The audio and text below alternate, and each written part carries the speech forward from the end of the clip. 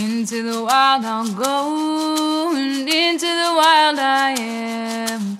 It's been a while, freedom child, since I left my roots back home. Into the wild I'll go, and into the wild I am. It's been a while, freedom child, since I left my roots back home. Welcome to the Free Birth Society podcast. This is a radical space for women who are ready to celebrate their autonomous choices in birth, motherhood, and beyond. Together, we'll learn about wild birth through personal narrative, we'll explore the politics of birth, and we'll analyze everything that relates to our lives as women from a feminist perspective. Here's your host, Emily Saldea. It's been a while, freedom child, since I left my roots back home.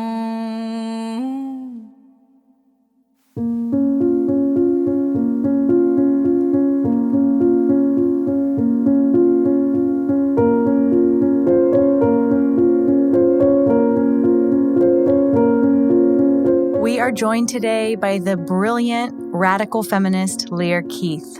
This is part of our emergency 3-part series to help raise awareness around the current war on women and girls, aka the executive order that President Biden has signed that further eradicates sex-based protection for women and girls. We will get into the political agenda behind the push for transgenderism, the ways in which this bill will and has harmed women and girls, and why the time is now to be on the right side of history. Please support the resistance. You can donate and give signatures to help fight this bill at www.womenpicketdc.org.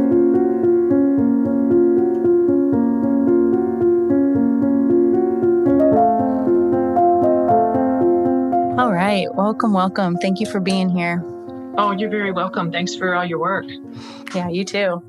So this is a real honor for me and for our listeners. And basically to frame this briefly before we dive in, this is going to be one of the 3-part series on really tackling this executive order that Biden has just signed. And it's correlated to the women's picket that I'll be talking about in the newsletters and Instagram around why I'm going to DC to fight against this and why is going to harm women and girls.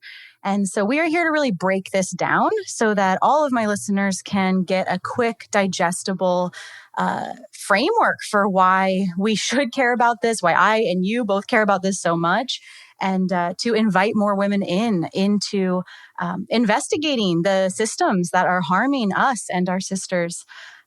So why don't we just do a brief intro of you, who you are, and give our listeners a little tidbit. Well, my name is Lierre Keith, and I have been a radical feminist for 40 years now, which is a long time. And a lot of my political work was around stopping male sexual violence, pornography, and prostitution, especially.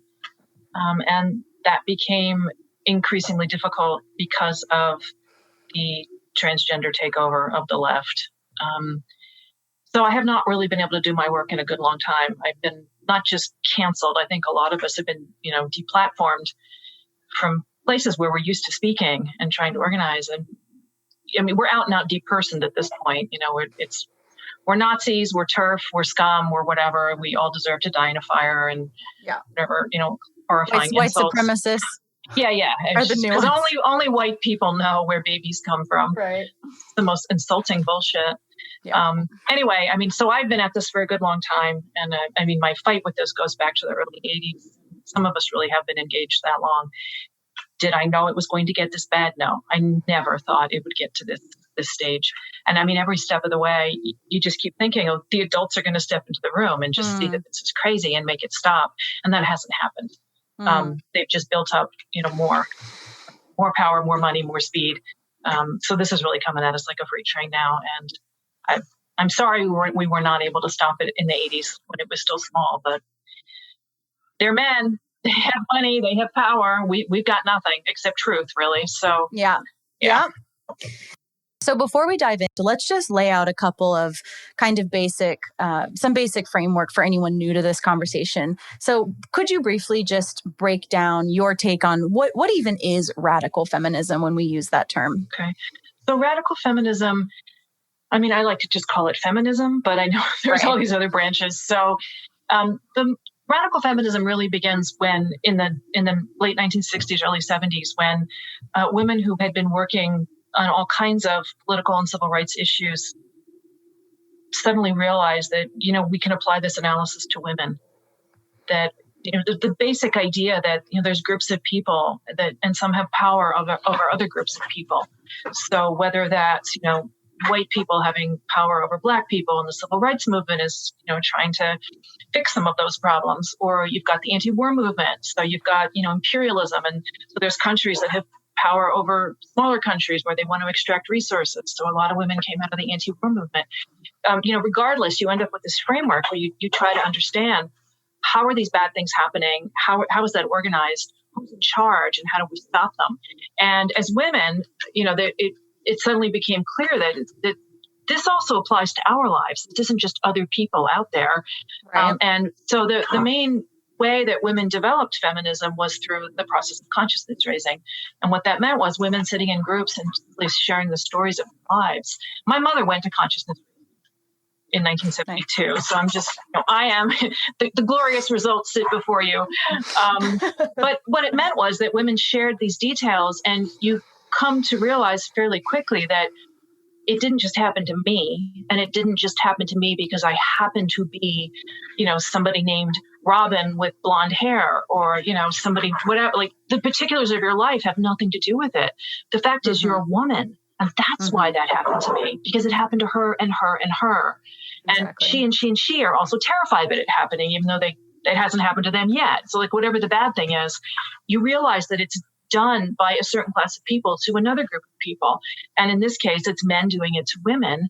And then it's not natural. It's not ordained by God. It's not just the state of the universe. This is some human beings doing it to other human beings, which means it can be stopped. So that's really like the core of it. So taking political skills that were, earned in these other kinds of environments, women suddenly realized, oh, it's us too. We actually have a set of pretty profound horrors that have happened to us, and we can name them. And we can understand, like, how does the society we live in, how does it justify these things? How does it create humans who do these things? It sort of looks like they're all in it together. Well, they are all in it together. You've got the media, you've got religion, you have the government, you have all of these different institutions that are essentially supporting the fact that men get to more or less own women at that point and extract whatever they want from women's emotional lives, their labor, their reproductive labor, sexual access, all of that. Women are seen as a resource, and men get to just take what they want. It's almost that radical feminists currently are like the last standing feminists, identified feminists who are truly women and girls committed, women and girls focused, because liberal feminism now includes men. Right. Yeah, absolutely. And I mean, it's not to say that men can't help, and men certainly have good reason to want the end of male domination. If they're going to put their souls and their hearts first, they would be better off without this too. It's totally. And I meant it includes men in female spaces. Which they don't. I mean, they don't. Womenks with they an can X. be allies to feminism. They cannot be in feminism. Exactly. That's a pretty, that's pretty basic to it. Are you going to be fighting for this group of people named women or not? And, human liberation is a great thing, but we're talking about women's liberation. So women's oppression it's shaped in a certain way. It's organized in a certain way. And there's ways that it parallels other kinds of oppression. And then there are ways that it's totally different. And that was where radical feminism came from, was to say, there are ways that it absolutely parallels, for instance, racism. So the Civil Rights Act of 1964 was, one of the showpieces of the civil rights movement, and it did a huge amount to help, do something about racism in this country. People died to get that legislation passed, and women were added to it as an insult. That's not a joke. That's historically true. The Southern racists who didn't want that to pass in Congress added sex as a characteristic, as a way to call men names, to literally say you're, fill in the hate speech, you're pussies, essentially, if you think that Black people can be equal to white people. And the senators all gritted their teeth and they passed it anyway, but it was meant as an insult and it was accepted as one. You can read the articles from the time period. Everybody got that was an insult. And you know what happened? Women have used it more than anybody else. This is what people will do to gain freedom. Like, this is actually something that we can use. And they did. So women have used the Civil Rights the Act of Civil 64 to actually do a whole bunch to break down some of the barriers that women face to participate in public life. But the problem is that women's oppression isn't just about our participation in public life. There are ways, like I said, there are ways that it parallels racism, and then there are ways that women's oppression is completely different, because most of the real horrors that happen to women happen in in the private sphere. So it's rape, battering, incest, prostitution, those kinds of things that Civil Rights Act of 64 is never going to touch. And that's why we needed radical feminism, was because we had to put that barricade of sexual terrorism is really what keeps women from having our full lives. And none of that is addressed by the legislation. Right. Yeah, right. Exactly. Yeah. And if anyone is unclear, which I'm assuming if you listen to this podcast, you are very clear, but we are, using this word woman with a very clear definition of adult human female. And, it's an important word to identify a class of people. And that's part of why we're here today, because there's so much gaslighting and confusion, in today's culture around this word woman. So would you briefly also speak to, before we get into the order, what does it mean to be gender critical, and maybe just touch on sex versus gender, because that is, I think, really a confusing piece for a lot of people who haven't had this stuff broken down yet. Sex is a physical reality. It's been part of life on this planet for over 500 years. So there are creatures that reproduce asexually, like bacteria. They just bud. So they essentially, make a new little bit that then breaks off and becomes a new one. We don't do that, clearly. What we use, and most visible life that you see around you, is going to reproduce sexually. So, and there's two sexes. There's not 3, there's not 5, there's not 20. For mammals, for almost entirely all animals, there's a few exceptions, but it almost entirely all, you can say, with a fair amount of certainty. When you look out at the world, what you're seeing are creatures that can reproduce sexually. So you have large gametes that don't really move, and those are eggs. And then you've got another group of gametes that are small and very quick moving, and those are sperm. And to make a new one of you, those two things have to combine.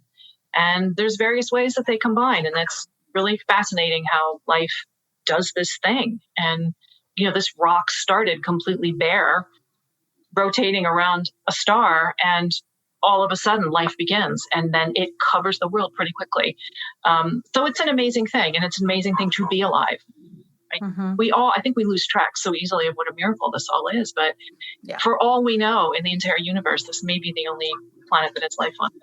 So we got to be here.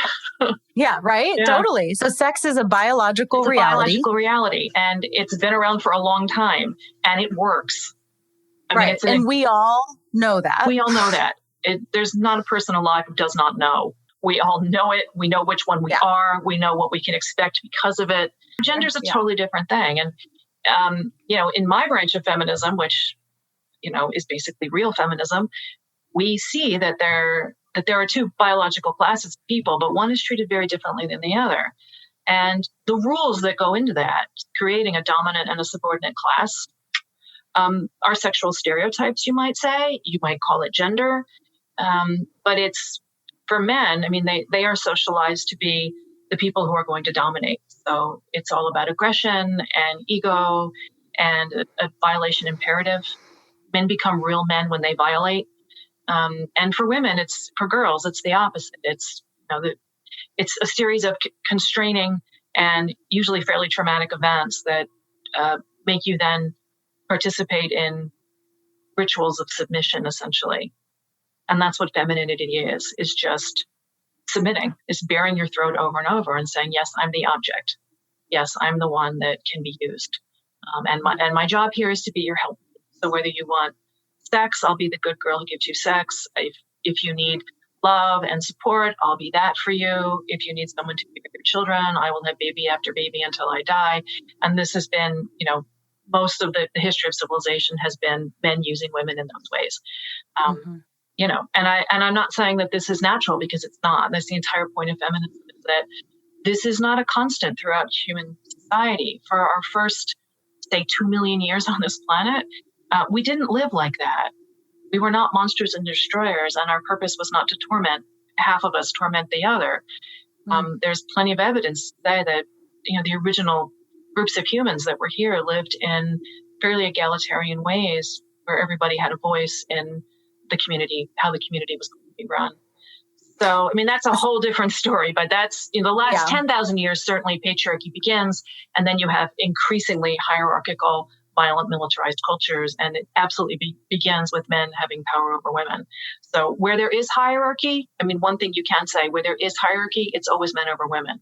There's no civilization that's ever existed, no culture where women dominate men and inflict these kinds of constant, casual, terrifying harms on the other half of the human race. That's never happened. So when there is a bad thing, it's always the men over the women. Right. So there's that. So the point is that this can be questioned, it can be analyzed, and it can be changed. Now, the male supremacists, what they're going to argue is that this is normal, it's natural, it was created by God, it was created by evolution. And what they mean is you can't question it. What they mean is it's like a solid part of the universe that's just there, and there's no point in fighting it. And so they're going to tell you that the psychology that women tend to carry, which is really about being victimized, traumatized, please don't hurt me, I will bare my throat so that you don't, that is somehow natural to women. And that the other kind of psychology, which is all about dominating and taking, is somehow natural to the male half. And as feminists, I don't believe it. I don't believe that's true of men, and I don't believe it's true of women. I think that these are things that are done to us, and we can resist them and have a better world. So... And obviously, this leads into the larger conversation we're about to have, which is, I'm going to speak for you and me, because I heard you also say this. Of course, we understand why women are trying to opt out of this. Of course. It makes I wouldn't say it makes complete sense. It is completely understandable. I actually would not say it makes sense. And I wanted to read a quote, if you don't mind, of something you said on a different podcast that I wrote down, that I wanted to just kind of put in here to frame the rest of our conversation. Do you mind if I share it? No, please. You don't know which one it is. I have not a clue. Hopefully I still like it. Yeah, I think you will. It's a sad quote, but okay. So Lierre said in a different podcast. She's talking about trans-identified females. This is who she's referencing in this quote. I understand why they hate their bodies, but they have been given the wrong story. In my generation, we did anorexia and cutting. This was how we did our self-hatred. It was for the same reasons. We had all been molested. We were all looking at a culture that considered our bodies public property, ridiculous, insulting, worthy of contempt. They weren't ours to inhabit. They belonged to men, and they didn't belong to us. We've all had the experiences of being harassed, groped, terrified, maybe raped. And I understand. There's no question as to why young girls feel the way that they feel when they become teenagers. You hit 11 or 12, and it's a completely different world walking down the street. It's terrifying. And you realize you'll never be safe again. So I get why they're doing it. But they don't have, quote, gender dysphoria. They have life in patriarchy. The only solution is feminism. It's a political movement that is going to change men's behavior. But they aren't being told that. What they're being told is that it's personal to them. They just happen to have a special human essence that was born into a sadly female body, but we can attend to that. You can take dangerous drugs, you can have horrible surgeries, and try to live under the wire as a faux man. And that's the option out. That about sums it up. That's a very it's a very clear encapsulation, of what I also observe. And I appreciated you just framing it this way, because this is a lot of the conversations that women do have behind closed doors, not in the public eye, where they're going to be harassed, canceled, threatened, hate mail, death threats, all of the stuff that happens to so many of us. I'm just as well as I do, that these conversations are so censored. They're so prohibited. They're so, like you said at the beginning, labeled as hateful or transphobic, and any of the like, to shut this down. And so, women like us, that just makes us kind of want to do it more, because it shows the importance of it. And anywhere where society, culture, government, whatever, wants to shut conversations down is a good gaping hole if that's where the words need to go. So I'll pass it over to you. Well, I just never thought that the left in particular would take this up with such fervor, because, it just seems, well, even beyond the biological denial, right? Because, their whole thing is that now they're saying sex isn't real, that sex is a social construct. And it's just bizarre beyond belief. Yeah, biology is now transphobic. Okay. Because they really, this is very postmodern, but they want to insist that it's all, quote, meta-narrative. So it's really just a story that we're telling ourselves, that somehow there's these two groups of, very easily observable male and female. If you're one of the people who has to carry a tampon in the bottom of our knapsack, right, that you're that person. If you're someone who's likely to get pregnant, and no man is afraid of getting pregnant. Right. This is absurd. We know this, right? But you've got people who, are making this claim that they're the people who are on the side of justice, and they're the people who are on the side of human freedom. And what they're doing instead is they're asserting that gender, which is these very restrictive rules for men and for women, and we have separate boxes of what we're allowed to think and what we're allowed to be and what our interests are supposed to be. And they're saying that those are real. That's somehow cosmologically true, that you can born, so such that you can be born in the wrong body. You're born. That's it. You have a body. That's it. You can't be born in the wrong one. You are just born. That's the end. You can't have the wrong one. It's all you get. Well, and back to the quote I just shared, you're contextualizing and compassionately, naming why it is the case for so many females, for so many little girls and women, that we may want to opt out of the body we're born into. That's totally understandable. That's fair. Yeah. Doesn't mean you can do it. Right. Well, it can't be done. So every time people use words like, oh, well, she transitioned, that's not a thing. Right. It's literally a nonsense statement. You cannot become the other sex. And like other physical realities, they just can't be overcome. I'm 56. I'm not 20. Right. My insistence that I'm 20 because I'm really miserable being middle-aged isn't going to change it. And I could do all kinds of weird things. I could, have whatever strange surgeries and whatever procedures. It's still not going to change it. I might be able to disguise it a tiny bit. Well, and the thing that needs to change is the exact thing that, the transgenderists want to uphold as real and true and good. And the thing that needs to change is how men treat women. What needs to change is, the displays of domination and the ritualized displays of submission, the masculinity, the femininity, the idea that these things are sort of, natural to the cosmos or, created by nature. And they take that as true and good and wonderful. That's what they want. That's the world they want. And so if you identify more with one set of characteristics than the other, then that's true. Even if it's completely, against the physical reality. But more importantly, why do we want these sort of clusters of behaviors to continue? And that's really the problem for me, is that they've naturalized and they've institutionalized and they've also eroticized domination and subordination. And that's really the core of it. And nobody's allowed to say this out loud anymore. But that's really where this whole impulse for the transgenderism, that's really the core of it, and they call it autogynephilia. That's what Ray Blanchard named it. And it's, these men have a sexual fetish, a paraphilia, or the subordinate role that women are given in this culture. And that's the thing that they're obsessed with, and they want to experience that. They think it's a good thing, and which is insulting enough, given just the amount of sexual violence perpetrated every single minute against women around the world. But they think it's some kind of sexy fun, and they want to inhabit that. They want to experience that. And that's what they think women are.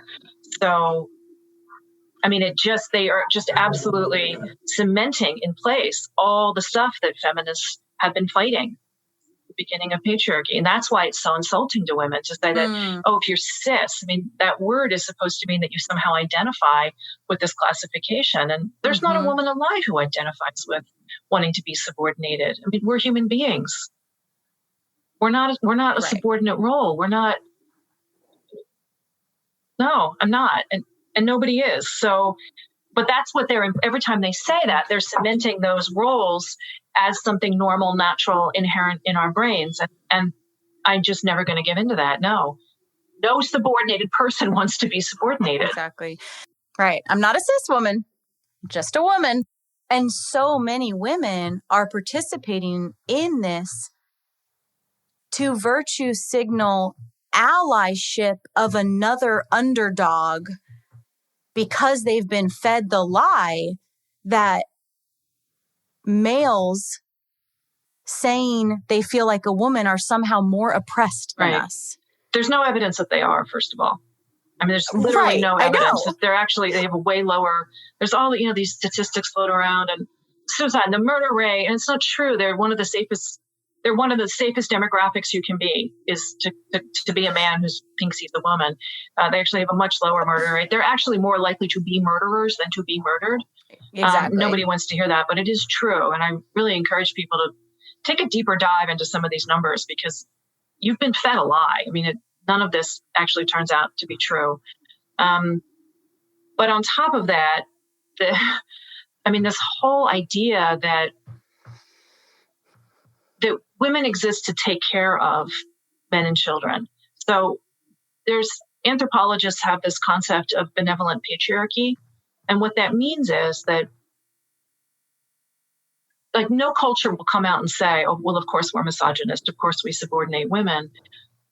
What I've heard, and this is from cultures, just all over, you will get this sort of argument back. Oh no, we love women. We respect women.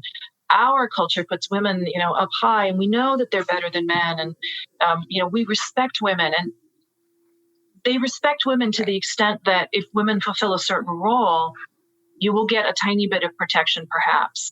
And that role is that you're supposed to nurture men and children. And that's your role in life, is to be the resource that men and children use. And if you fulfill that role, then you will be a respected woman. And sometimes that's true. Sometimes you will get that respect in your community. If you never rock the boat, you never express a need, you never have a boundary, you just let men take what they want, then you're a quote, a good woman. It makes me think of with surrogacy. I've known women to choose to rent out, their bodies, choose air quotes, to rent out their body and tell me, I've never felt more celebrated. Yeah. It's like, well, right. You played the ultimate role. You did. So you're going to get, some little pats on the head for that. And that's benevolent patriarchy. If you do what men want you to do, you will be considered a good woman. And right now in the culture, that good woman, in the 1950s when my mom was growing up, that good woman was, had a very different kind of role. And it really was a more kind of the housewife role, where you were a nurturer, essentially that was, you took care of the men and you took care of your children and all of that. And, women in that generation had to break free. Well, it all shifted with the so-called sexual revolution. And then, of course, the pornification of the culture. Now the good woman is a complete sexual object. She's, the cycle. She's the pole dancer. She will do anything to let men have access to her body, and she's a better woman than the rest of us. Well, that's so empowerment. Either way, it's absolutely, that's empowering, which is why powerful men who run governments and corporations do it all the time. Totally. Well, no, they never do it. So that shifted a bit. Obama was a cam girl, wasn't he? So that's, it's still the same concept, though, is that you are a resource for men to use. So when I see women who take up this sort of the trans cause, it's all I can see is the same female socialization. Yeah. Like the moment that men say, I'm hurting, and they maybe cry a little bit, women will drop everything, including their brains, and run to take care of him. And that's what is happening over and over again, is women just saying, oh, it doesn't matter that you're going to take our spaces, our rights, our very word for ourselves. You can have it all. I'm a good woman. I'm going to give to you whatever the thing is you need. And it's this constant placating and nurturing of the super special wounded man, which is what these guys are. Yes. And it's just female socialization 101. And it just grinds my teeth. Like, could you grow a spine, make a boundary, and say no for yourself and for all other women and girls? Don't let them have it. They don't have a right to it. It's not theirs. They're not women, and they're not even particularly hurting. They're just enjoying it. That's all. And they know how to manipulate. That's all they're doing. Same shit, different century. I know. And then, of course, I get called, I'm the big meanie. I'm basically a bitch because I'm calling this out. But fine, go ahead, call me. I'm called every name in the book. What do I care at this point? Just note the pattern that every time men say, oh, no, it's terrible, I'm hurting, and they'll use those tears manipulatively. And it does. Every woman just snaps to and starts nurturing. When I started this whole thing online, I was new to running community stuff online. I had always worked in person in communities, and I started up a women's only space to talk about birth and birth trauma and birth outside the system and whatever.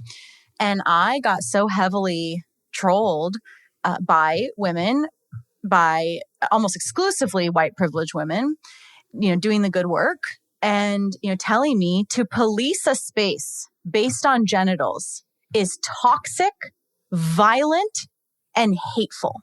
That's what these girls told me. And it really woke my ass up because I hadn't had anyone do that yet. I have been running female only spaces since I was a teenager, and I hadn't been vilified by women or men, as far as I was aware. I mean, who knows what happens behind my back? But this was the first time in a public space where this was coming in, and it really took me aback. And I was like, unwaveringly clear on, well, of course, if we're going to talk about birth, why would anyone else other than females be allowed here? But I hadn't seen the work of the good virtue signaling, liberal woman yet. I hadn't really seen that. And I'll admit, I mean, I thought I was a liberal feminist until a handful of years ago. I didn't really get all this yet. Not that I was letting men into my spaces. And that's kind of the big distinction in my life. I'm 35, and only in the last 5 years of my world have I seen it be expected to be inclusive and be labeled hateful, that I would have the nerve to run a birth group for women. And nobody ever flips it around and says the opposite. You get called violent and hateful and bigoted and all this because you want a women-only space. No one ever says those men are being violent and invasive and bigoted and hateful. They don't belong in women's spaces. Why isn't it on them? We're the ones who get called names. They never get called names for their behavior. It's just assumed that men are allowed to go wherever they want. Right. And the moment a woman says no, she gets vilified for it. How dare a woman say no? Right. And I haven't even been vilified from men. It's been women doing the work. It's other women. Yeah. It's women who police it. Yeah. So I know. And it's because women are socialized. We're the ones who are socialized to do whatever it is that men want, whatever men demand, because they say they need it. It's women's job. It's our role to drop everything. We don't count. We don't matter. We have no needs. Take care of men. It runs so deep. That's all they're doing. That's all these women are doing. And we know what happens when women. I've had men throw hot cups of coffee at me because I said no. Whoa. Literally those guys, oh, why aren't you smiling? Oh, all that.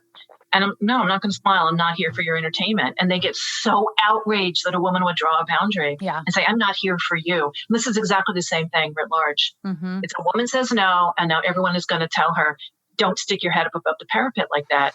You're in danger. We're all in danger. You cannot say no to men. The only way to be a virtuous woman is to say yes to men. Whatever they want, you provide it. And that's all they're doing over and over again. Man, and they have no clue.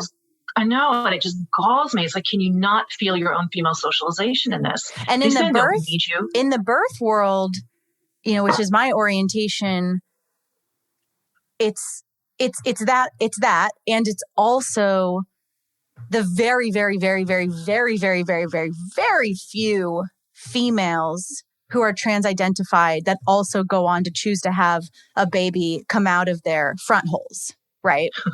As Right. they may call it, and to chest feed and all of these, terms, right? That are just, the left just loves them, right? In the name of inclusivity, but they're females. And so these birth photos, and maybe you've come across this, but these birth photos, always go viral in the liberal Instagram spaces. And look at this, men give birth, men give birth, men give birth, men give birth.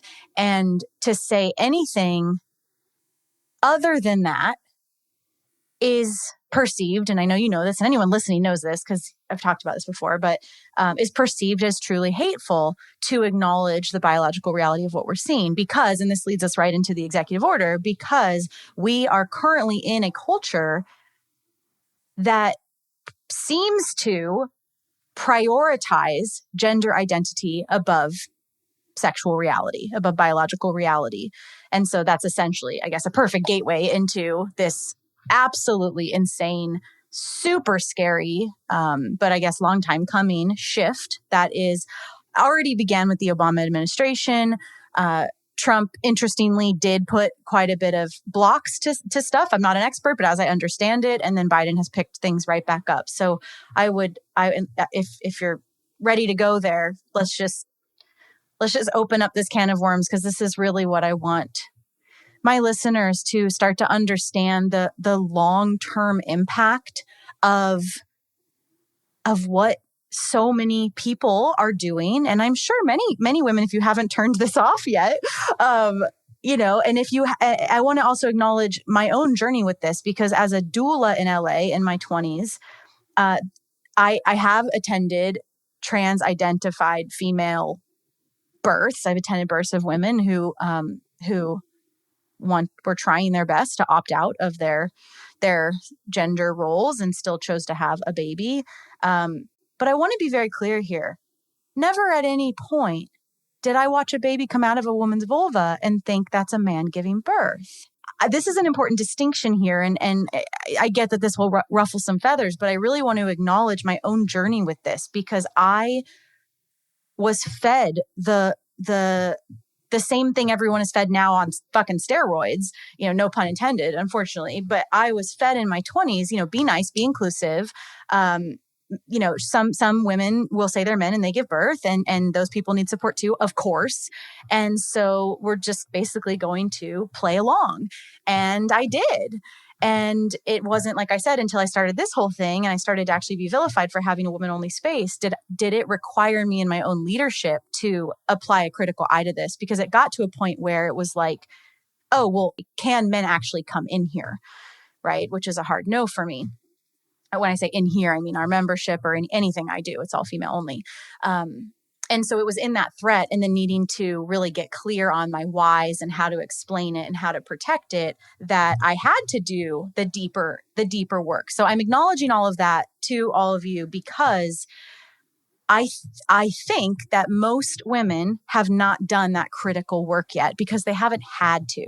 And so there is a short-sightedness to it, because until someone spells this shit out to you of how this is going to hurt our daughters, how this is going to hurt the most vulnerable women of our community, of our nation, it's easy to just play the people pleaser. Sure, men give birth. I literally remember saying to one of my mentors, I mean, I don't mind saying it if it doesn't take anything away from me. I mean, it's fine. Like, we all know they don't, but if she feels like a man, it's fine. I'll just say it. If that validates, what she needs, it makes her feel safer. That was kind of my pretty innocent, uninvestigated take on it, which is where I think a lot of women are at. And that's where we stop. And so now we have to go 14 steps past that of why we can't afford to do that anymore. And that's what's been spelled out to me now in the last 5 years, and why I am where I am and why this matters so deeply. So you can't be for women and girls and also be a trans right activist. You can't do both. This is a true war on women and girls, and it's going to and has already really harmed, raped, murdered, molested, our daughters, our sisters, our aunties, our mothers. So. Yeah, I agree with all of that. And I think that people know that they're living a lie, and that's why they're so insistent on, they're trying to make it illegal. They're trying to make forced speech be the order of the day, that you have to use their preferred pronouns and you have to really believe. I mean, they're trying to get into our heads to make us really not just say it, but believe it, because they're living a lie. I don't care if people call me something I'm not. Right. I could not care less because I know the reality. Well, they call things we're not right? all the time. Go ahead. It doesn't matter. It certainly doesn't push me to suicide. But when you know that your life is, you're living something that is just physically not true. I mean, you only have two options. One is to stand and face it and do whatever it is you need to do to come to terms with reality. Or you can try to get everyone to play along with you as hard as you can. And eventually it will crumble. These are not mentally well people, but those are your options. You're not going to change physical reality.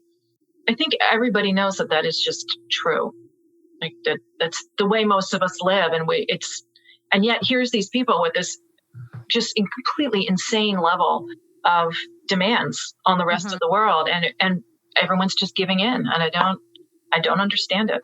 But it's not just the actual trans-identified people. It's the whole industry. It's the whole political gain. It's the whole virtue signaling women. I mean, 99% of the time when people message me and email me the hate mail and the death threats and the, that I'm literally killing trans people for saying the word mother and not capitulating to this nonsense of birthing people, it's almost always women who know they're women just doing their little drama on the internet. Yep. No, it's like we've been saying, this is how women are socialized, is they have to take care of men and children to be good women. And that's all they're doing, is they're showing that they are the best women. They are good women. They're not going to get burned at the stake. None of this is going to happen to them because they're the good women. Well, that's it. They're throwing us over into the fire. Yeah. So, all right. So let's talk politics on this. Okay. Yes. So, oh gosh. Well, we could go back quite a bit, but let's start 1980. This diagnosis that with gender identity disorder was added to the DSM-4 at that point. This hadn't existed as a diagnosis before that. So there had already been a decade or two of this kind of activism from these men. And these were guys who, they haven't changed. It's really the same people. There's just more of them now. So mostly they have pretty severe personality disorders. Along with that comes a collection of paraphilias, of sexual fetishes, and they are extremely attached to the idea of experiencing subordination as a woman. That's ultimately what this comes down to. And so they build a whole political movement around, it's a men's sexual rights movement is what this is. And they managed to get a hold of, enough money and enough power that they were able to get this diagnosis inserted into the DSM-4. So that was 1980. So there had been a decade or two of this already where they were applying all these kinds of pressures to the different psychological associations to get this in there. And the reason they needed it in there was because if they could have it declared an actual problem, a psychological problem, then they could then make the claim that they needed these surgeries and these drugs in order to feel better. Now, we don't treat any other psychological problem with surgery. With just taking off let's body just parts. admit, that's not a thing. When teenage girls are anorexics, we don't say, marvelous, let's give you liposuction and, help you starve yourself with diet pills. We don't do that. We try to help them figure out, why do you hate yourself so much? What can we do about it? What behavioral changes can we make? Nobody asserts that this is a state of health or a state of, the natural being of these girls just happens to be someone who really wants to be thin. We understand that there are social pressures on them. We get it. And we don't do those things to them. We just don't. We do our best to keep them away from that stuff because we want them to get better. But in this case, they were demanding those surgeries and the chemical interventions. And the only way to get that paid for was to have there be something somewhere that would say, oh, yes, this is really a problem and we can address it with medical interventions. So they had that added in 1980. And then it was changed in 2013. they took it out and they put it in instead as gender identity dysphoria or gender dysphoria, I think is the new one. So they changed it a little bit. And they're still riding this fine line because they want to say, oh, there's nothing wrong with being trans. We just need help. But if there's something wrong with you, then why do you need surgery? Like, it doesn't actually make any sense. Regardless, you already had this movement that had been building. And the origins of this are really quite homophobic. I mean, they really started in the 40s and 50s trying to figure out, well, why are gay men gay? Well, they must clearly just be women stuck in men's bodies. So how can we help them? And this was really an attempt to medicalize away gayness in men. And indeed, the same hormones were given to gay men in the 40s and the 50s. They gave them estrogen to try to, quote, cure them of homosexuality. And then, the gay liberation movement happened, and that stopped as a thing. Like, that's not even an analysis that most people even think of anymore as a social trope, that's kind of available in the culture. Like, they really made a lot of good progress with that.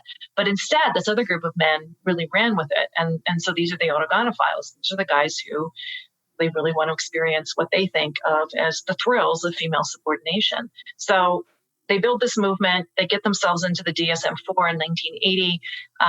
And then they keep going. So a whole bunch of them actually have quite a bit of money and power. It's just that a lot of this happens behind the scenes. And I mean, I've known so many people who, like, right now in this moment would say, where did all this come from? I never heard about this 5 years ago. Mm-hmm. Now they're everywhere. I'm like, yeah, you missed those few decades where they were actually building a political movement, but this didn't just come out of nowhere. Of course. So quite a number of them are billionaires. That's not an exaggeration. You have guys like Martin Rothblatt, who's a tech billionaire, and he calls himself a woman. He's been on the cover of like Fortune or Forbes or one of those big business, magazines as the wealthiest woman in the world, the most successful businesswoman, and he's a man. And this might be a little bit off topic, but he's also really big in the transhumanism thing. So a lot of these guys, they're very, very disconnected from nature, from the actual flow of life. Like, they really hate it. And so he's one of the people who really thinks that we're going to upload ourselves into computers and we won't need these horrible, nasty, living bodies anymore that are flesh and bone and feel and have pain and have joy and, bleed and vomit and eat and, have all of the living experiences that living creatures have. All of that is beneath him.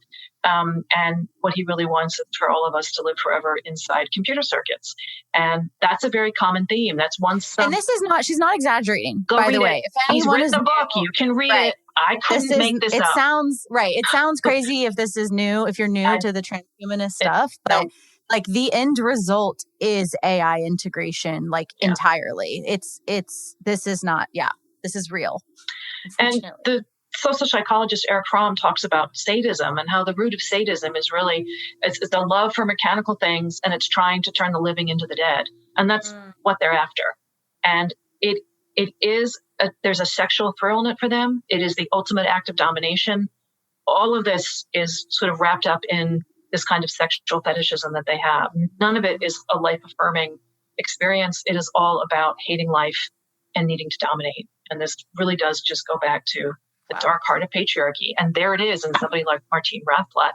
The problem with him is he's not just a basement dweller who we can kind of feel sorry for and maybe laugh at. He's a billionaire who has funded a huge amount of this. And there's a whole bunch of these guys out there who have this kind of money and this kind of power. They run Google. They run Facebook. This is why feminists keep getting kicked off of all the social medias. This is just behind the scenes, and they do hate us for pointing out the truth. So we're up against a lot. Yes. Yeah, absolutely. So another one, we've got the Pritzker family. Now, the Pritzkers are, they started as a drug company. So they're pharmaceutical company. They're huge, right? I think everybody has some sense of how large these corporations can be. But of course, they don't just have their fingers in that pie. They also are, they own a hotel chain. I think it's Marriott chain. I don't know. One of the really big hotel chains. Hyatt. It's the Hyatt. Yes. I think the Marriotts are owned by Mormons. They've got the Hyatts, and then they also have all these other kinds of industrial concerns. I mean, you can't just like pull out one thread when you're talking about global globalization, global capitalism is always going to be that they own a whole bunch of, so they're also just huge, right? I mean, it's just billions of dollars every year. But the core of their thing is pharmaceutical stuff. And they're from Illinois.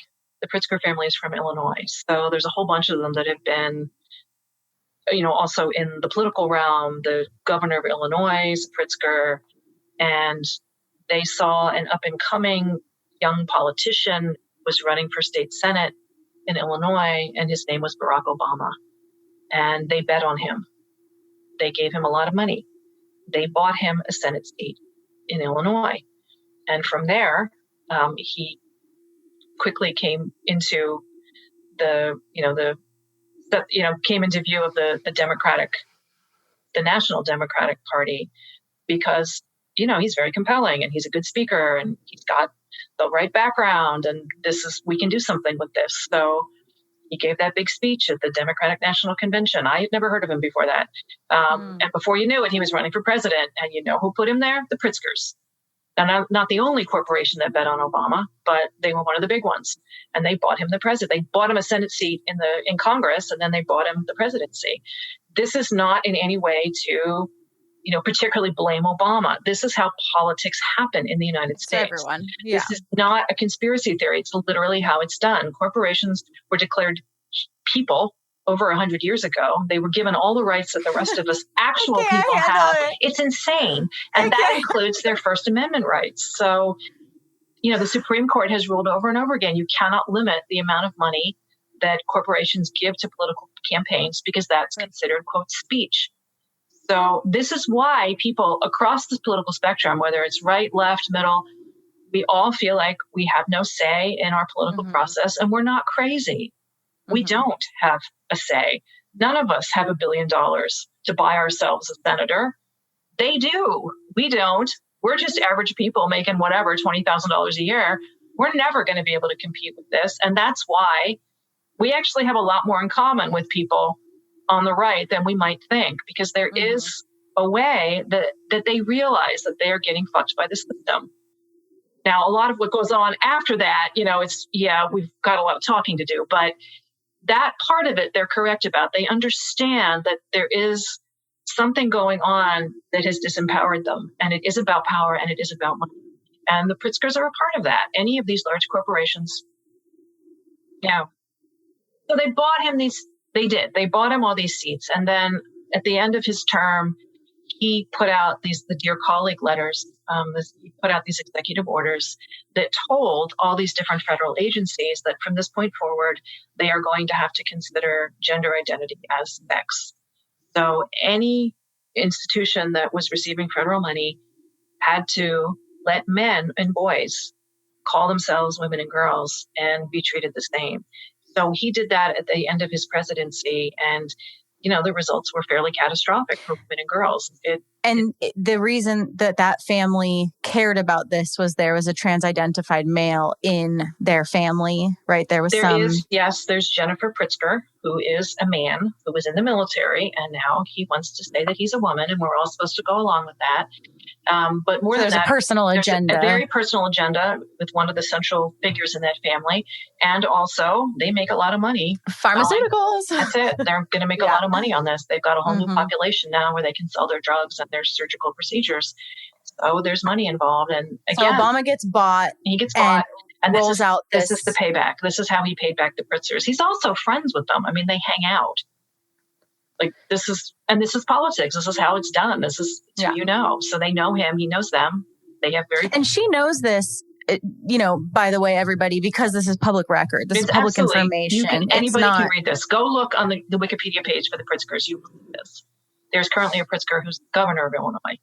So this is what we're up against, folks. I mean, we really need to understand the level of just power, influence, money that they have. So he rolls this out, and it's catastrophic, but it's barely covered. Yeah, no, but I mean, the only people on the left who will cover it will say, "Oh, isn't this wonderful? These poor oppressed trans girls can now run on the track team."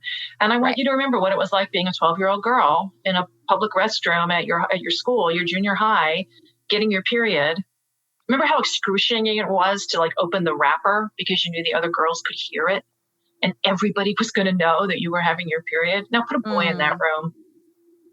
Just put a boy in that room. I mean, just can you imagine what we're doing to these girls?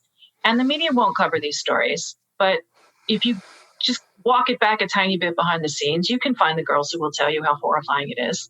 Oh, yeah. And they have no protection. And who don't use the bathrooms. They won't. They will hold in their urine all day long. They'll do their best not to use anything. It's horrible. It's horrible. And I don't know why it's the level of sadism. I don't understand how anybody can inflict this on teenage girls. I remember what it was like to be a teenage girl, and I remember what the boys were like. And if you think they're not going to use this to get into the girls' room, you don't know what teenage boys are like. And it's funny because I'll see this conversation online a lot, where like there'll be one of these articles, and then in the comments, there'll be people saying, oh, no boy would ever do that. And then there'll be somebody who's like, well, my son and his friends are in the room in the kitchen right now. I'm going to go ask them. And they go and they ask 15-year-old boys, would you pretend to be a girl to get into the locker room? And they all say yes. Of course. Of course they say, we know this, right? Like we know what predators do, and we certainly know what teenagers will do. When we have a global community of women with almost unilaterally shared molestation, rape, assault, the whole shebang, it's not like it's not right in front of us. Like the leading cause of death globally of women is men. Right. It's not complicated. It's just that we don't want to look at it. And I think, there is a helplessness, kind of built into it, right? That's kind of the deal with oppression, to feel that element and stay, like you said, subordinate, and just try to survive, right? Like, that's the other piece. When we're all stuck in survival, this concept of conscious raising and getting resourced and speaking and all of this stuff is not an easy thing to access internally, which is why we need to have these conversations, why we need community, why we need female-only spaces. Like you said at the beginning, it was making me think of the birth sharing circles that I've always led, because when you get a group of women together and they all start telling the same story of how they were held down and, raped with instruments and gaslit and then had a surgery they didn't need. And the woman next to them is like, that's my story. They told me that I was unique and that I needed that C-section. But I've been in spaces where 10 women have the same C-section story, right? And so it's impossible that all 10 of those women would have needed surgery, and none of them needed to be violated, raped, or assaulted, right? And so this is what happens when you bring women together: is they share their stories, and you realize it's not special. Your trauma is not unique, and it's shared. And so, of course, there's a huge right in front of us. It's almost the water we swim in as fish. You can't even fucking see it. It's so glaringly obvious that everything in our society wants to keep women isolated and keep women shut up, basically. So take me back to the order, and what are kind of the key? So we covered the Obama thing. So then Trump came in and he tried to do away with most of it. And he actually did a pretty good job at that. It's hard to admit that Trump did something good. Right? But that's one thing he did that was pretty okay. He's done a couple things. He did a few things. Actually, they said the Trump administration was also really good on sex trafficking. It did more than all the Democrats put together. And I don't know. I don't know what to do with it. It's just true. And of course, it got no media. None at all, but it's there. It's there. And it's kind of stunning. And actually, his wife really cares about trafficked women. And that was one of her main things. But since the liberal media couldn't say a single good thing about the Trumps, we didn't hear about it. But they won some really good victories for trafficked women. Anyway, so then Trump loses. All right. Mostly that's a good thing, right? But along comes Biden, and he promised to do this, and now he's done it. So on 4 hours into it, he was president. He went ahead and signed this huge executive order.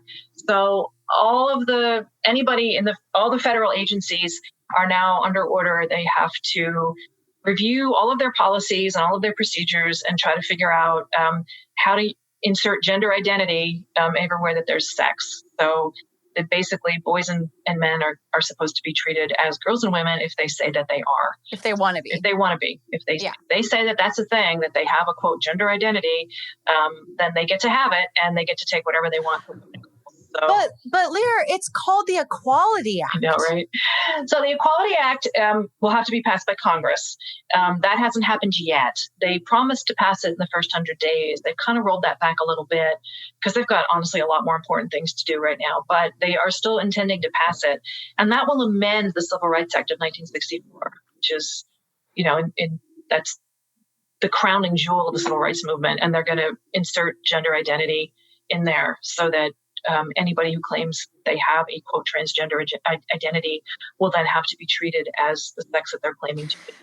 So let's make sure this is very, very, very, very, very crystal clear for everyone listening. So this means, and please correct me if I say anything wrong here, this means that if and when this passes and is all official, that on a federal level, gender identity will trump biological reality.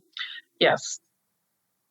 It will be the new priority. Yeah. So currently we have sex-based policies. We have sex-based protection. We have sex-based spaces. We have sex-based language.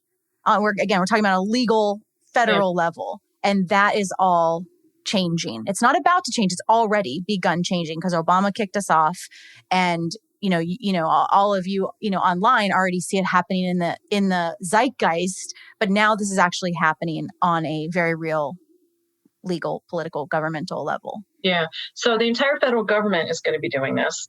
And they have 100 days. They're supposed to get back with their plan to insert gender identity anywhere that it says sex. So that is now, that's just think about all the different federal agencies. That's the Department of Education. So it's all the schools, every public school, anybody who gets public money to run a school. It's all of our schools, elementary, all of them. All Shelters, the way through college, prisons. all of it. So the prisons, the HUD is the Housing and Urban Development. That's all the homeless shelters. That's where they get all their money, the Bureau of Prisons. So I just want you to imagine being a woman locked in a 10 by 10 cell. And now you've got a sexual predator who's a 6 foot tall man who's claiming to be a woman, and he's going to be locked in that cell with you. And that's what we're talking about. What we know from the little bit of research that we do have is that, for instance, in the United Kingdom, women worked really hard to get these statistics out there. Half of the men in prison who call themselves transgender, who identify as transgender, half of them are in for sexual offenses. So they're sexual predators. Way more. The average, I think, it's 13% of the regular population of men are sexual offenders. Wow. But of the men who call themselves trans, it's half. And one of the things, and this is all with like a 3% conviction rate of this 13% magical number. We know like that it's not. It's almost none of them ever go to jail. So that's what we're doing, and we know who the women are in prison. They're the poorest women. They're the most abused women. They all have histories of sexual abuse as children, battering as adults, terrible drug histories, prostitution. I mean, we're talking about a population of women that have been just over and over again been violated and terrified by men. And now here they are in prison, and we're going to stick the most horrifying, violent men literally locked in a cell with them. And this is one of those moments where I just thought, when it gets to that point, the adults will step in and say, we're not going to do this. And of course, nobody is saying that. We have cases. And that happened under Obama. Already happened, yeah.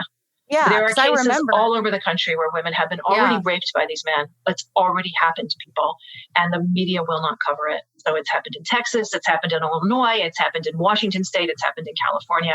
So on a federal level, the entire nation, man rapes woman, kills someone else, does whatever, is going to prison. Wait, I identify as a woman.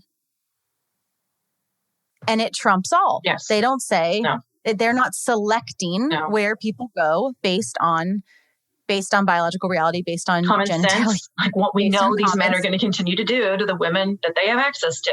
We know what they're going to do. This isn't, we're not speculating. It's already There's happened. already a history of this, but you have to remember with almost literally no media coverage, it's very easy to not see this if you aren't intentionally trying to keep your eye on this. It's hard to find this stuff.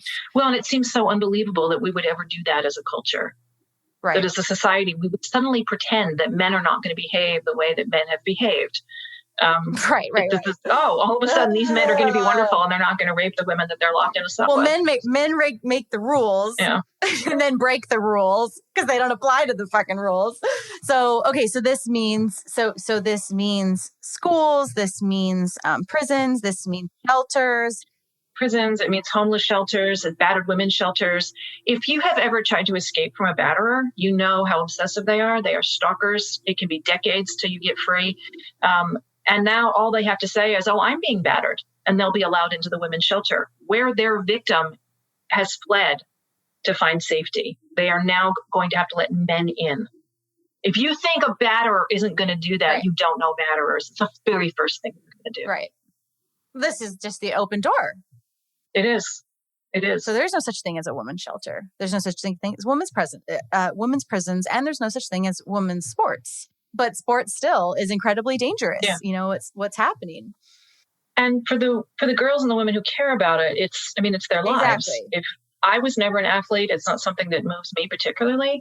But there's just no question that if you are an athlete, if that's your skill and your passion, you should be allowed to do it. And you can build a life on that. You can get a scholarship to college on that.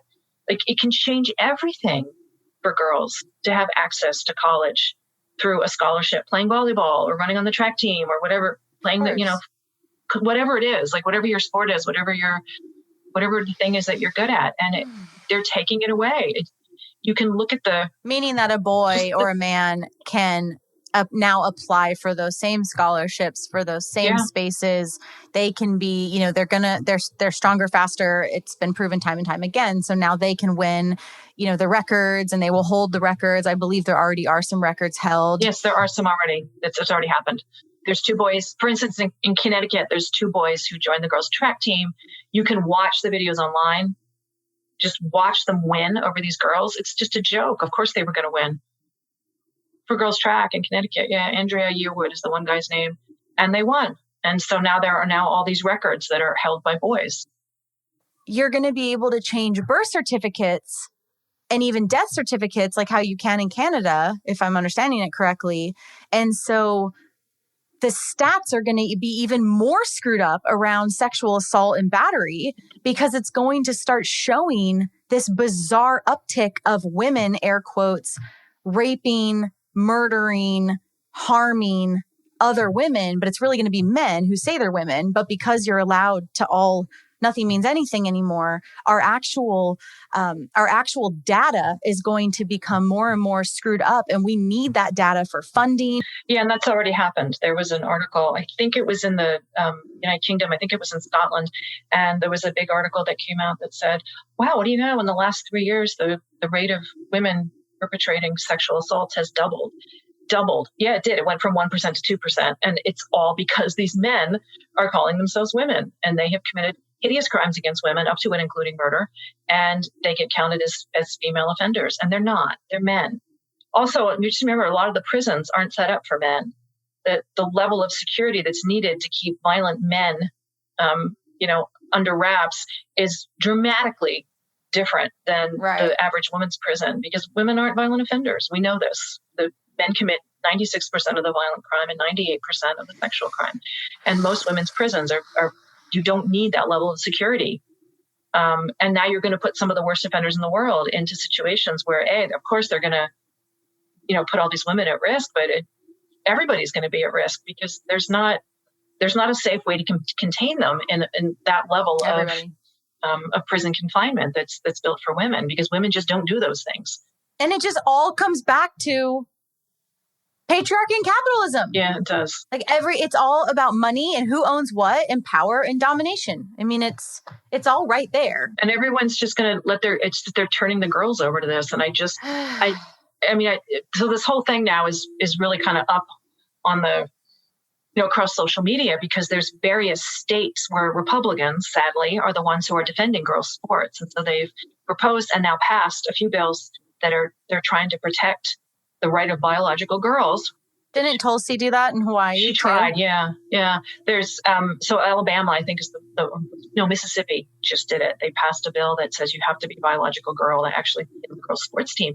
And so, of course, I dive in there and try to read the comments, and there's just these these people who say ridiculous things like, well, girls need to learn that lesson that fairness is more important than winning. I'm like, oh, boys never have to learn that lesson. Fairness. It's always the girls that have to give over. Fairness would be saying, no, you're only going to play with boys. And we don't care if you wear lipstick. Go ahead and play with the boys. That's fair. Exactly.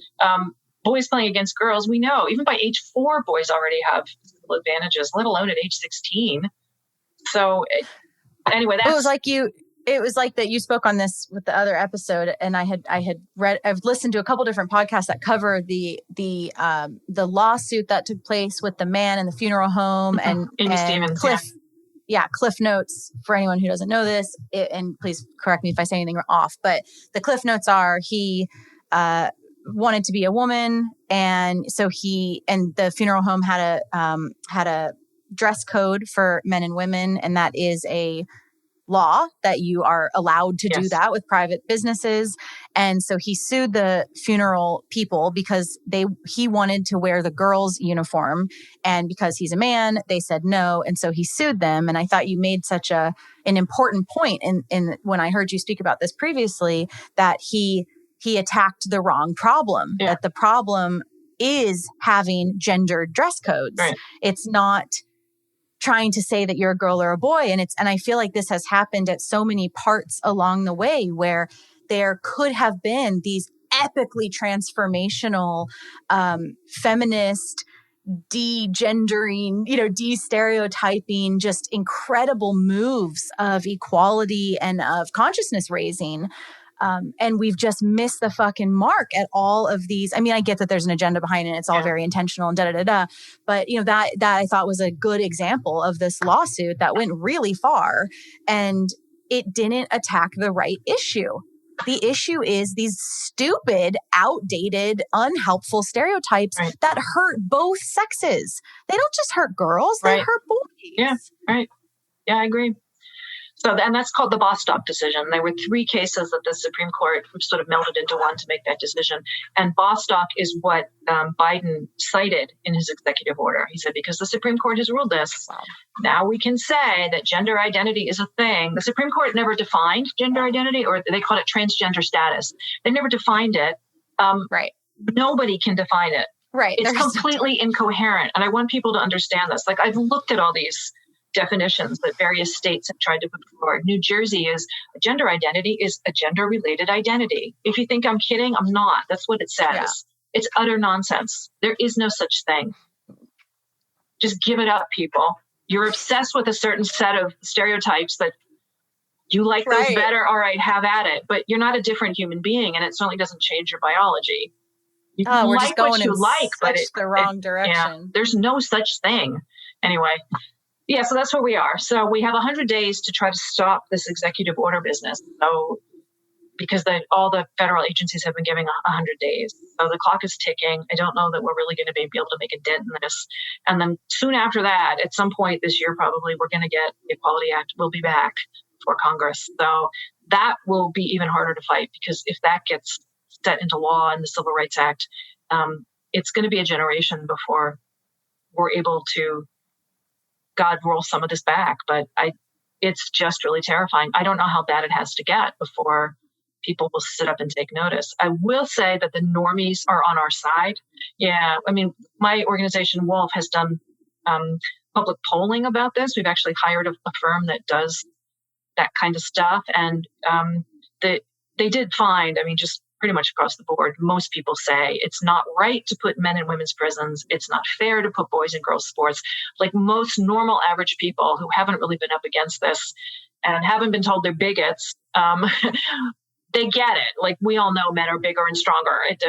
We've seen it our whole lives. We don't need to explain to us. We know it's not fair or right. And so most people, they still agree. Yeah. I find that too, that most people see the logic, see that when this is broken down, okay, well, this means this. This means men are going to be in women's prisons. This means that boys and men are on sports teams and take the scholarships. Yeah. And, even in job hiring, right? That the spots allocated for females now are up for grabs. And I haven't really met anyone or talked with anyone when you lay that down that isn't logical. around this, but so what? They're also not making this their issue and, getting all behind it like we need, right? Yeah. I mean, I think a lot of people have gotten engaged in this because they have a teenage child, usually a girl, who gets caught up in this social contagion and starts hating her body for reasons that we all understand and wants a way out, and has now been told online on Twitter and on Tumblr and on whatever that, oh no, you're not a girl. You're actually a real human being. Yeah, it's just you can switch your sex. You can do this and go ahead and insist on taking these dangerous chemicals, and then you can have these surgeries, and then everyone will know that you're really a boy, because you are really a boy, because you're a real human. You're not one of those icky girls who actually deserves this and wants this, that was made to do this. No. You're the real person, and it's just an accident of birth. So go ahead and get that fixed. And a lot of parents are horrified when their teenage girl starts saying this to them. And they don't understand where it comes from. And then they try to help. And then they realize that actually all the institutions around them have already been captured. So they can't get help from the school. They can't get help from the doctor. They can't get help from a therapist. They can't get help at church or synagogue or wherever they go. Everyone has already swallowed the woke Kool-Aid. And then they realize this is terrifying. And my girl is going to be permanently damaged. And she will be if you can't stop it. I mean, let's be really clear what these drugs do to young bodies and brains. It makes them infertile. It destroys their reproductive organs. We don't know the long-term effects on the brain, but they absolutely are real. Not to mention the multiple mastectomies as their little buds grow, on their chest, and the hysterectomies of young girls. And there's already an entire generation of girls who has been through this and come out the other end. So you can listen to the voices of the desisters and the detransitioners and the kind of regret that they have about what's been in their bodies. And it is just heartbreaking, that the woke got them first. These absolute misogynist, transgenderist agenda got them first. You can go to Planned Parenthood and they will give you testosterone. And in some states, like Oregon, you can get the mastectomy at age 15. And with parental permission, they're doing it younger and younger. In California, they're absolutely doing it at age 13. There's all kinds of hospitals in the Bay Area where you can have your breast removed at age 13. It's horrible. It's horrible. Oh, poor things. And then they're thrown into medical menopause. Menopause is hard enough at age 56, let me tell you. We're talking about, 16, 17, 18-year-old girls who already have vulvar vaginal atrophy, who will have urinary incontinence for the rest of their lives. Sci-fi. This is what's happening. And we've got to stand up and fight for women and girls. This shit is it's utter misogyny is all it is. It's been packaged as something wonderful, but it's not. Something I wanted to share was many, many years ago, I was having a conversation with a dear friend of mine who's a butch lesbian in California. And thankfully, she's older, so she didn't have to deal with this stuff in her 20s and 30s. And we were having a talk about this. And she said, what's really fucked up is all I'd have to do is say I'm trans, and I would become at the top of the social pyramid of the queer community. But being a butch lesbian, no one gives a fuck about me. But people ask me, even in her 60s, people ask her, when are you going to transition? Now, in the last last 5 years plus. And she lives in the Bay and, the whole thing. Yep. And she said, it's just so crazy because all I'd have to do, I wouldn't have to change one thing. I wouldn't even have to cut my tits off. All I'd have to do is just say I'm a guy. And instantly she would be elevated socially. And I found that, and she's not the only woman who's told me this. And that really stuck with me because I thought that was an interesting commentary that you don't really hear publicized all that much. And you see it in the younger girls now, that how it breeds in social groups, right? So just like how a lot of disorders and dysmorphias do, how one girl kind of comes out as trans and then all her friends do also. And, there's all these studies that are coming out around that in books, thankfully. But anyway, that really stuck with me. And then the other thing I wanted to share is I used to know a woman who was in tech in Silicon Valley and was having a really hard time climbing the ladder, right? And it's a boys' game. It's a boys' game at the bar after work and the whole thing. And she has a pretty gnarly history of sexual trauma. And she decides to cut her breasts off and change her name and become, air quotes, become a man. And within 2 years, she had got promoted. She was being invited out to the bars. She's making twice the money. And of course, right? And so she's a good example. Right. And I think of her often because she actually did the most misogynistic thing she could have done, which is to say, I don't like being oppressed, so I'm going to join the oppressors. I'm going to just opt out, even though, we're arguing that you actually can't opt out, but you can make an effort. She certainly made an effort. You can cut your breasts off and you can change your name and you can make everyone, in a liberal arena, affirm you. And look what happened. It actually, for her life, served her, right? But left all of us in the fucking dust. And and this is kind of, like the last thing I really want to say here, because, I've had this podcast for 4 years and I've never openly covered this topic. And I'm really glad to be doing it now. And I want to say that the most feminist thing that we can all do is say, this is woman too.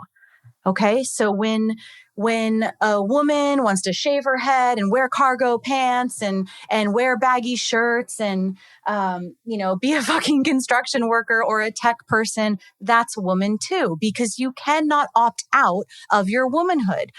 But the most feminist thing you can do is not pretend you're non-binary, but to say this is woman too. And if we can get a couple generations expanding the umbrella of what woman is, instead of acting like this insane idea that we can opt out, but really push for an expansion of what woman is, I think that's really going to obviously create some pretty radical change. I mean, I've seen it in our community level. I've seen it in my life. I've seen it in my household's life. But we have to start with, you can't opt out. And so when we come up against that wall of, oh, fuck, this sucks. It sucks to be scared of men. It sucks to be put into these boxes. Yeah, it does suck. So don't opt out, push it over. Right. And it can happen with women, coming together, because we see it in our microclimates. We do see it in our communities and in ourselves, with women like us. Yeah, exactly. So connect to your humanity. Connect to your humanity. Right. And so anything, like, what if we tried that on, that anything you did, whatever sex you are, I assume it's pretty much all women listening. What if we tried that on? Anything you do is woman too. Anything you feel or think, any characteristic, any way you wear your body, any way you play with your body, any way you hate your body, whatever you do, it's all woman too. And that is the way forward. That's the way to freedom. That's the way that actual sustainable change is going to occur. It's not by this short-sighted opting out. It's just infuriating because so much of this, I know I'm preaching to the choir, but so much of this is so short-sighted and it's so rooted in it's a lot of things, but one of the things is I think it really speaks to the true lack of understanding of female oppressive issues across the world. Mm-hmm. Yeah. Okay, so how can people find you, and what are kind of the obvious steps for women who are jazzed up and want to get behind this? Well, I have a website, so you can find my website, and this is a joke. I say, oh, it's really easy. It's my name. LierreKeith.com. That's a joke because I have a weird name, but anyway, LierreKeith.com. You can find that. But more important is to get involved politically. So there's a bunch of really great groups you can join that are in the United States. You can join WOLF, which is the Women's Liberation Front, and you can join the Women's Human Rights Campaign.